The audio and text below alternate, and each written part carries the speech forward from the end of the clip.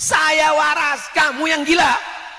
Masuk ke dalam, di tengah tanah lapang, orang gila lagi duduk ngumpul, tepuk tangan. Orang gila, orang gila. Saya yang waras, kalian yang gila. Masuk lagi ke dalam, di dekat kantor direktur rumah sakit, ketemu satu orang gila. Nanya, sudah lama gila? Lama-lama kata sahabat kita ini, saking banyaknya orang gila, orang waras ragu dengan kewarasannya. Seandainya semua orang mengatakan, kamu kalau mau ke masjid bawa perhiasan, kalau mau ke masjid bawa perhiasan, kalau mau ke masjid bawa perhiasan, ayatnya jelas, khudzu zinatakum inda kulli masjid. Orang yang awam pun akan terikut. Siapa yang mengerti tentang ayat ini? Yang ngerti adalah santri pondok pesantren. Daftarkan anak Anda ke pondok pesantren Darul Ulum sebelum tanggal penutupan berikut ini. Ingat, kuota terbatas. Saudaraku yang dimuliakan Allah, saya tidak pernah diminta untuk buat endorse, saya tidak pernah dibisik-bisiki untuk buat pengumuman. Lalu kenapa Ustadz ngomong begini? Supaya bapak ibu yang memasukkan anaknya, anaknya jadi para alim ulama, anaknya menjadi ahli fikih, dan ketika nanti anaknya masuk surga, anaknya pasti nanya, Ustadz Somad mana? Disitulah saya mendapatkan syafaat dari santri-santri alumni pesantren Darul Ulum Banyuanyar, insyaallah. Amin ya rabbal. Masuk surga itu nggak sendirian, Pak. Masuk surga itu berjamaah, ramai-ramai. Mana ayatnya masuk surga ramai-ramai? Jelas-jelas dalam Al-Quran datang ngadap Allah sendirian. Walaqad ji'tumuna furada. Kamu datang menghadap kami furada, sendirian. Ayat ini cerita tentang kamu datang menghadap kami sendirian, bukan ayat berangkat haji pakai visa furoda. Kama khalaqnakum awwala marrah, sebagaimana dulu kami ciptakan kamu sendirian, kamu pun akan menghadap kami mati sendirian. Betul, tapi saat masuk surga kita berjamaah. Wasiqal ladzina taqau ilal jannati zumara. Mereka masuk surga digiring, dibawa zumara, berjamaah. Dan di antara jamaah yang akan masuk surga itu adalah jamaah peradaban. Tentu yang masuk lebih dulu yang punya seragam. Jamaah peradaban berangkat. Yang masuk, yang pakai seragam dulu, masuk. Ustadz Somad masuk, of course. Itulah maka pentingnya kita selalu bersama dengan orang-orang soleh, bukan somad. Tadi saya mulai tausiah jam 8:30. Sekarang sudah jam 9 lewat 10. Ternyata sudah 40 menit saya berdiri. Anak kecil 2 orang yang di depan tidak bergeming sedikit pun. Di tempat lain saya dari tadi memang ngitung nih sampai berapa menit mereka bertahan. Bertahan 2 orang pengawal Ahlus Sunnah wal Jamaah. Di tempat lain saya tausiah baru kultum 15 menit bapaknya udah nguap. Apalagi anaknya.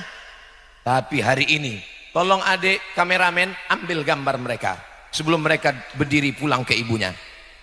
Mohon maaf ya Bu, ini anak diancam atau sukarela? Saudaraku yang dimuliakan Allah Subhanahu wa Ta'ala, kalau anak-anaknya saja tahan mendengar ceramah, apalagi bapak ibunya. Betul?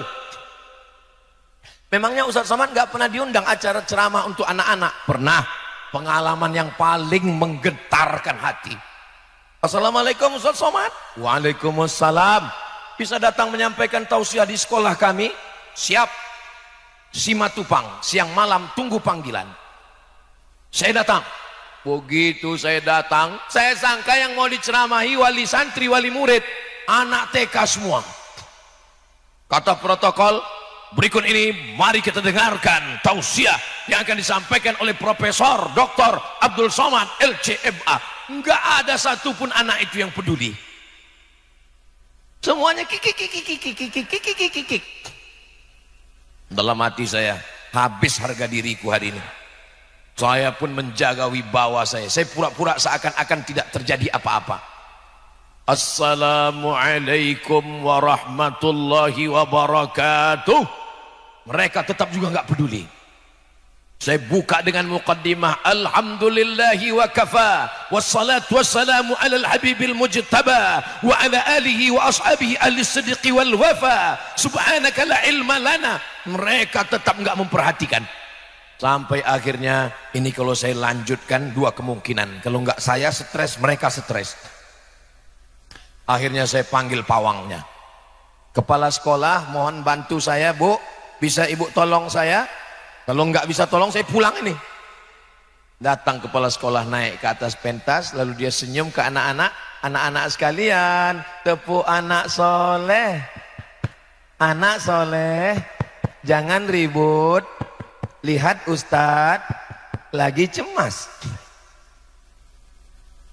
Begitu ibunya tepuk tangan, anaknya tenang. Dalam hati saya, ternyata semudah itu ya. Kalau tahu gitu saya tepuk dari tadi. Tapi di Banyuanyar, anak-anak yang dididik sudah terbiasa mendengarkan tausiah. Mereka tidak bersembunyi di belakang, mereka tidak berada di tengah ibunya, mereka tampil ke depan. Inilah calon pemimpin masa depan. Allahu Akbar. Kira-kira bapak dulu waktu masih kecil sebesar ini, apakah seberani ini? Belum tentu. Kenapa mereka bisa seberani ini? Karena mereka mendapatkan doa barokah dari para kiai, para alim, para ulama.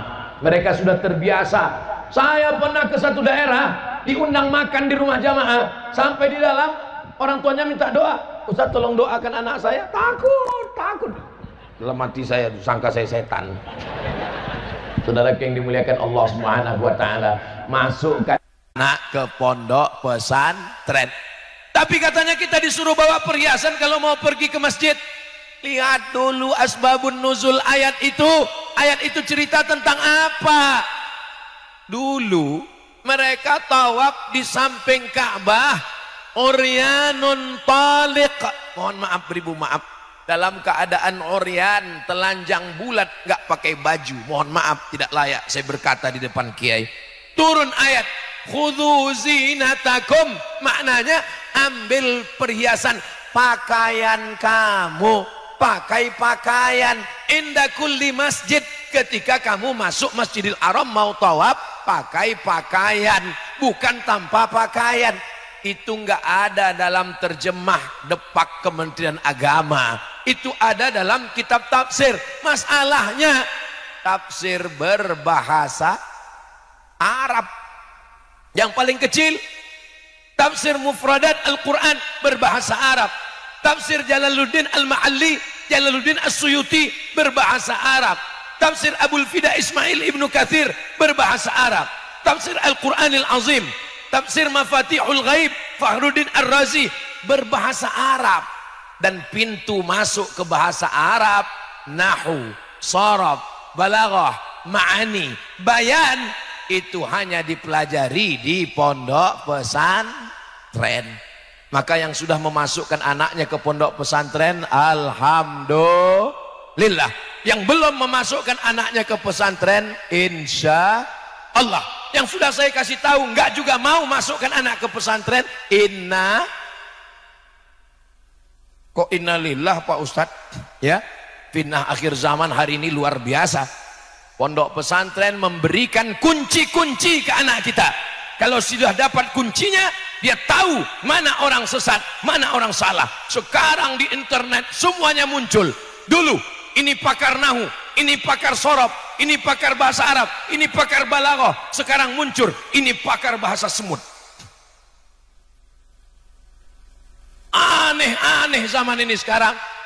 Maka kalau anak kita tidak dipersenjatai dengan ilmu-ilmu agama, mudah dia disesatkan. La yadurrukum man dhalla idza tadaitum. Kalau kamu dapat hidayah, kalau kamu dapat ilmu, satu dunia menyesatkan kamu, kamu tidak akan bisa sesat. Ihdinas siratal mustaqim, siratal ladzina an'amta alaihim minan nabiyyin was-siddiqin wasyuhada was-salihin. Bagian yang pertama, persatuan. Setelah kita bisa bersatu, berikutnya perubahan. Mesti ada perubahan. Contohnya yang sudah berubah itu siapa? Abdul Somad. Tadi pecinya merah, sekarang hitam.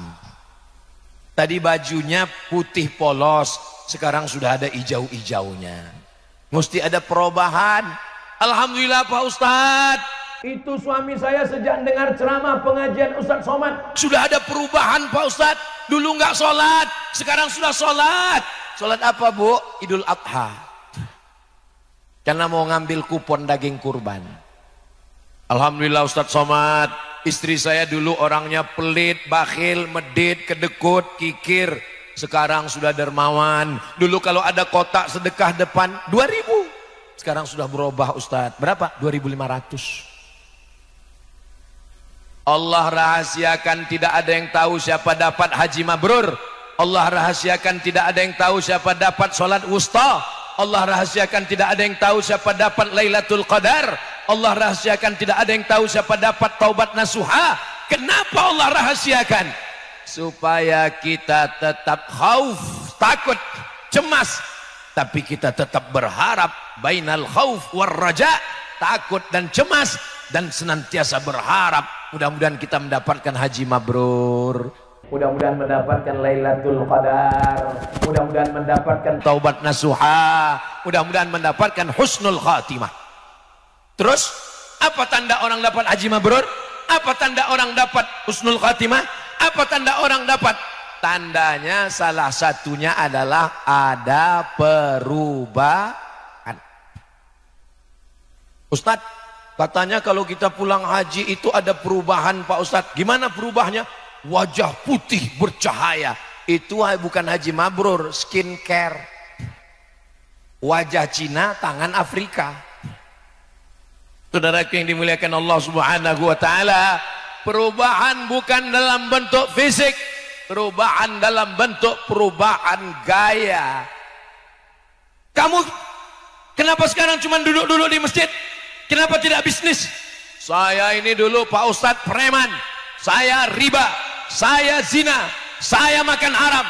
Sekarang setelah saya tobat, saya sudah berubah Pak Ustadz. Perubahannya gimana? Saya cuma nunggu malaikat maut tiba. Itu bukan perubahan, itu kemunduran. Khiyarukum fil jahiliyah, khiyarukum fil Islam. Yang dulu saat jahiliyahnya panglima perang, setelah Islam dia tetap menjadi panglima perang. Siapa dia? Khalid ibnul Walid. Siapa yang menghantam Nabi waktu perang Uhud? Khalid bin Walid menyerang dari belakang, menghantam, membunuh sahabat Nabi. Tapi setelah dia berislam, dia tidak berhenti. Dia tidak hanya menunggu malaikat maut mati di masjid, dia tetap menjadi panglima perang. Yang dulu sebelum taubatnya adalah perampok, penjahat. Setelah dia taubat, dia tetap merampok. Tapi yang dirampoknya adalah perbuatan mungkar. Tangannya menghantam kemungkaran. Dulu orang tidak berani baca Quran dengan suara keras. Kenapa? Karena takut ditangkap Abu Jahal, Abu Lahab. Kapan orang berani baca Quran dengan suara lantang? Setelah seorang yang pemenang gulat, juara bertahan, dia adalah Umar ibnul Khattab. Setelah Umar bin Khattab masuk Islam, orang berani baca Quran dengan suara lantang. A'udzubillahi minasyaitonir rajim. Bismillahirrahmanirrahim. Jadi kalau sekarang ada orang baca Quran suaranya nggak kedengaran,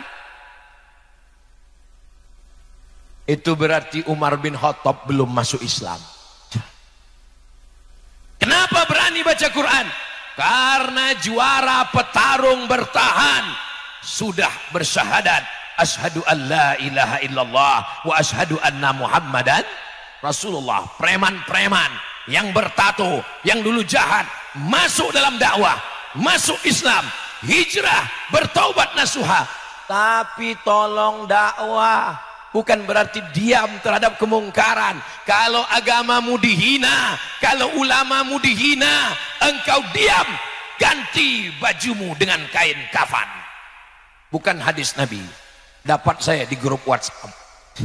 Saudara yang dimuliakan Allah Subhanahu wa taala, jadi dalam hal kemungkaran memang ada ustadz yang mengajak kepada mari sholat, mari zikir, mari puasa. Itu namanya ustadz spesialis amar ma'ruf. Tapi jangan lupa, seperti uang punya dua sisi. Satu sisi bukan uang namanya, itu namanya uang mainan, uang contoh. Uang yang asli dua mata, dua sisi. Sisi amar ma'ruf, nahi mungkar. Mungkar nggak bisa. Jangan judi ya, jangan zina ya, nggak bisa. Nabi Muhammad itu bertutur kata lembut, dia nggak pernah marah-marah. Kapan Nabi ada kalanya matanya merah, suaranya menggelegar? Ketika kapan? Ketika ayat-ayat Allah dihinakan, bahkan dibacakan qunut nazilah 1 bulan. Allahumma al'an rel, Allahumma al'an zakwan, Allahumma al'an usayyah, laknatlah mereka ya Allah. Kapan Nabi minta laknat? Ketika para da'i dibunuh, ketika para da'i dihinakan. Allah meminta, Nabi memohon kepada Allah Subhanahu wa ta'ala supaya dilaknatlah mereka. Sekarang banyak orang mengambil sisi kelembutan kebaikan, dipotongnya sisi tegas dalam kemungkaran. Mudah-mudahan santri-santri kita ada masanya lembut dan ada masanya tegas. Asyidda'u 'alal kuffar ruhama'u bainahum. Perubahan kita adalah perubahan ke dalam kebaikan.